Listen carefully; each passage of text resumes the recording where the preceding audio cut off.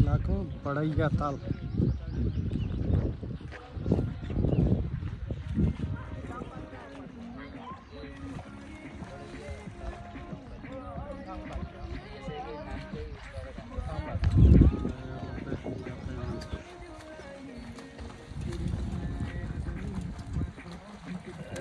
बडैया ताल गाउँपालिकाको ब्रिफिङ गर्नु भन्नु यो चाहिँ बडैया ताल सबैभन्दा ठुलो ताल यस एरियाको चाहिँ यही हो।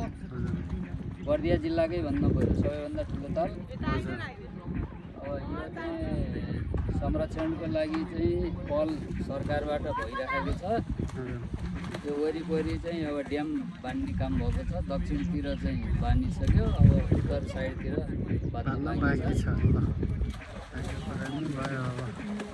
यो बडैया ताल गाउँपालिकाभित्र पर्यो। यसैको नामाकरणबाट गाउँपालिकाको नाम होइन र